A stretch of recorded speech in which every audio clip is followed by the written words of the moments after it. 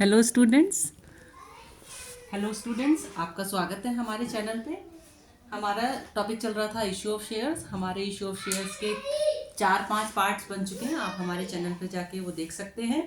उसमें अगर कोई भी आपको डाउट हो तो आप मुझसे उस मैसेज के जरिए पूछ सकते हैं, ठीक है। तो इशू ऑफ शेयर्स में से कम 10 से 15 मार्क्स के क्वेश्चंस आते हैं, तो इसको हम स्किप नहीं कर सकते। इसमें आप सब बहुत इंपॉर्टेंट टॉपिक डिस्कस करने वाले हैं, वो है फोरफीचर ऑफ शेयर। सबसे पहले समझ लेते हैं कि फोरफीचर ऑफ शेयर्स होता क्या है, ये क्यों आया है हमारे इस पोर्शन में।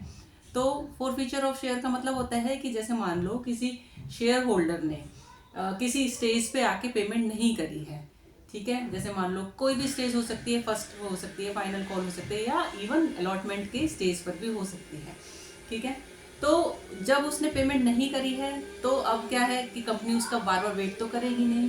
वो क्या करती है कि कंपनी उसको 14 डेज का नोटिस देती है। 14 डेज का नोटिस देती है as per the company act. अगर उसने 14 डेज का नोटिस नहीं दिया है तो वो उसके शेयर को फोरफिट नहीं कर सकती है। वो आगे जो शेयर होल्डर है वो आगे अपना कोर्ट में दाखिल कर सकता है कि भाई इसने मेरे साथ फ्रॉड करा है, इसने मेरे को कोई इंटीमेशन नहीं दी है। तो ये कंपलसरी रहता है, ठीक है, कि कंपनी उसको 14 डेज का नोटिस दे। उसके बाद ही डायरेक्टर जो है अपनी एक मीटिंग बुलाते हैं, फिर वो डिसाइड करते हैं, उसमें स्पेशल रिजोल्यूशन निकलता है, फिर जाके उसके इशू जो शेयर्स हैं वो फोरफिट होते हैं। अब ये समझ आ गया कि फोरफिचर होता क्या है। अब इसमें भी 3 चीजें होती हैं। एक तो जो शेयर्स जो फोरफिट कर रही है, क्या वो इशू एट पार पे हुआ है, क्या वो इशू एट प्रीमियम पे हुआ है, क्या वो इशू एट डिस्काउंट पे हुआ है। हर की एंट्री अलग तरीके से होती है, कोई घबराने की जरूरत नहीं, बहुत आसान है। अगर आप इस वीडियो में बने रहेंगे तो आपको ये बिल्कुल आसान लगेगा, ठीक है। इसकी जो एंट्री होती है, एंट्री पे जाने से पहले हम एक आपको डिफरेंस बताते हैं कि कॉल्ड अप क्या होता है। कि कॉल्ड अप वो होती है कि कंपनी ने कितनी स्टेजेस मंगवाई हैं। मान लो उसने एप्लीकेशन, अलॉटमेंट और फर्स्ट कॉल ही मंगवाई है, तो 3 ही स्टेज मंगवाई है, तो 3 स्टेज के जो उसकी वैल्यू रहेगी, जैसे 3, 2, 5, इस केस में 3, 2, 5 है, तो मतलब 8 8 जो उसका कोल्ड अप हो गया, ठीक है। अगर उसने कहा है कि भाई मैं सारे ही मंगवाए हैं, 10 रुपए मंगवाए हैं, तो 10 रुपए उसके कोल्ड अप हो जाएंगे, ठीक है। तो इससे कंफ्यूज मत होना। तो शेयर कैपिटल को उसी से मल्टीप्लाई करेंगे जितने अमाउंट उसने मंगवाई है। चलो फोरफीचर सीखते हैं हम।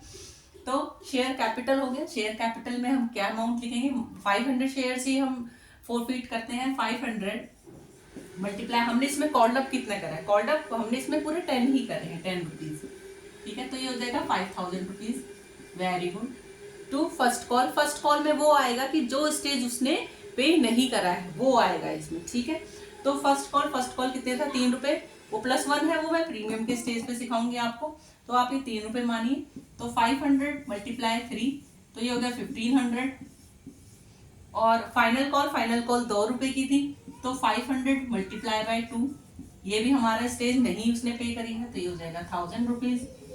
फोरफीचर में वो आएगा जो उसने अमाउंट पे कर चुका है। तो ये कंपनी की बल्ले बल्ले हो जाती है, कंपनी की बल्ले बल्ले हो जाती है कि भाई हमारे पास इतना पैसा भी आ गया और हम उसकी कैप जो शेयर्स हैं उसको फोरफिट भी कर रहे हैं। तो ये कंपनी के लिए प्रॉफिट रहता है, लेकिन शेयर होल्डर के लिए लॉस रहता है कि भाई उसका पैसा इतना डूब गया है। तो फोरफीचर में हो जाएगा, उसने एप्लीकेशन और अलॉटमेंट जो है उसने पे कर दिया था, तो 500 मल्टीप्लाई बाय 5, तो इसका हो जाएगा 2500, ठीक है। ये नोट डाउन कर लीजिए, देखिए इसका टोटल 5000 बन रहा है, ठीक है। इसमें सबसे इंपॉर्टेंट ये था कि कॉल्ड अप हमें पता होना चाहिए। अगर ये क्वेश्चन में दे रखा है कि भाई इतने ही उसने कॉल्ड अप करे हैं, तो उसको स्किप नहीं कर सकते हम, उस कॉल्ड अप से ही हम इसको मल्टीप्लाई करेंगे शेयर कैपिटल से। अब नेक्स्ट हम पढ़ते हैं, प्रीमियम पे आ जाते हैं। ये समझ आ गया होगा आपको, ठीक है, नोट डाउन कर लो, ठीक है, वेरी गुड। कर लिया नोट डाउन। अब इसको रब कर देते हैं।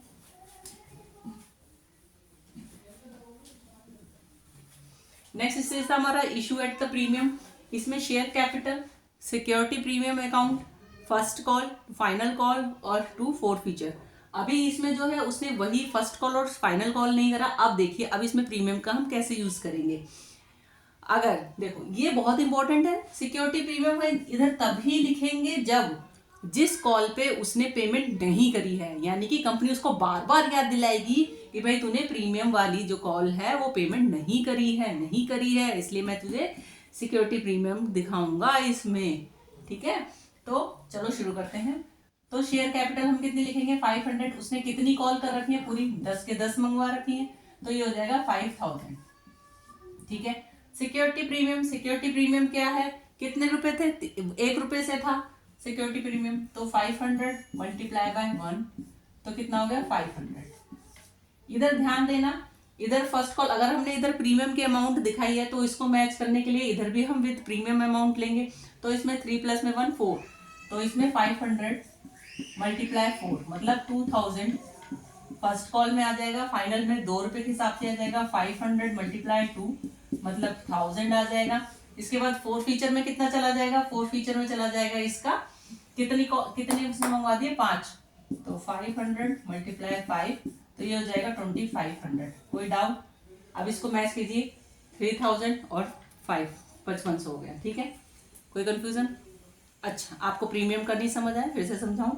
ठीक है, तो प्रीमियम हमने इधर प्रीमियम क्यों लिखा है कि भाई उसने पेमेंट नहीं करी है। देखो फर्स्ट कॉल में उसने वो प्रीमियम की अमाउंट थी, उसने वही वाली स्टेज जो है पे नहीं करी है, तो इसलिए जो कंपनी है वो सिक्योरिटी प्रीमियम इधर शो करेगी। तो जब उसको शेयर कैपिटल और को डेबिट करेगी, सिक्योरिटी प्रीमियम को भी डेबिट करेगी। ठीक है, क्योंकि उसने उस वक्त में प्रीमियम दे दिया था जब उसने इशू करे थे शेयर्स को, तो उसने इशू करते टाइम पे प्रीमियम को क्या करा था, क्रेडिट करा था। तो अब इस स्टेज पे क्या करेगी, डेबिट करेगी। ठीक है, और फिर फर्स्ट कॉल हो जाएगा, फिर सेकंड कॉल हो जाएगा, और 4 feature of share. 4 feature of share क्या आएगा, जिसमें कंपनी की प्रॉफिट हो रहा हो। ठीक है, वो वाली स्टेज जो उसने पे कर दिया हो। ठीक है, अब इधर ये मैंने इंपॉर्टेंट पॉइंट लिखा हुआ है, क्या लिखा है, प्रीमियम ओनली जब ही लिखेंगे जब वो वाली स्टेज पे नहीं हुई हो। अगर वो पेमेंट हो गई होती है तो हम इधर शो नहीं करेंगे। ठीक है, अगर मान लो अगर ये फर्स्ट कॉल पे ये पेमेंट कर चुका होता, चलो नेक्स्ट भी मैं आपको यही सिखा देती हूँ। अगर मान लो उसने फर्स्ट कॉल पे कर चुका है, तब क्या होगा, सिर्फ फाइनल उसने कॉल पे नहीं करी है, तो इस स्टेज पे क्या करेंगे हम, share capital account debit 500 multiply by 10, तो 5000 ये हो जाएगा। अब इसने क्या है, फर्स्ट कॉल को पे कर चुका है, तो इसलिए हम इधर सिक्योरिटी प्रीमियम अकाउंट नहीं लिखेंगे। ठीक है, तो टू फर्स्ट कॉल तो हम इधर नहीं आएगा, फिर इधर आएगा सेकंड कॉल सीधा ही। देखो अब उसने क्या है, सेकंड कॉल क्या 500 मल्टीप्लाई 2, तो ये हो जाएगा 1000। 2 4 फीचर, 4 फीचर में क्या है, एक और बात। ठीक है, अगर आप इधर प्रीमियम नहीं शो करेंगे तो वो प्रीमियम के अमाउंट भी प्लस नहीं करेंगे, तो 4 फीचर में कितना आ जाएगा, 3 + 2 + 3 के हिसाब से 6 और 2 8 रुपए के हिसाब से, तो 500 मल्टीप्लाई बाय 8 हो जाएगा, ये हो जाएगा 4000। ठीक है, तो हमने आपको दोनों स्टेजेस सिखा दी हैं, जब प्रीमियम कब शो होता है कब नहीं शो होता है। प्रीमियम जब ही शो होएगा जब उसकी जो पेमेंट की स्टेज पर प्रीमियम इंक्लूड है पर उसने वो स्टेज पे नहीं करी है। अगर वो स्टेज उसने पे कर चुका है, ठीक है, तो हम इसमें भी नहीं शो करेंगे 4 फीचर वाली स्टेज पर भी। ठीक है, अब इसको नोट डाउन कीजिए, बहुत इंपॉर्टेंट है, ये कई बच्चों को समझ नहीं आता है। अगर इसमें आपने समझ लिया तो आपका कोई भी क्वेश्चन अटकेगा नहीं। ठीक है, नेक्स्ट देखते हैं, issue at the discount. Issue at discount में भी बहुत सिंपल है, इसमें share capital to first call to final call to 4 फीचर, 4 फीचर में और लास्ट में आ जाएगा टू डिस्काउंट अकाउंट। इधर क्या आ जाएगा, टू डिस्काउंट अकाउंट। ठीक है, अब ये आपको समझ आ ही गया होगा।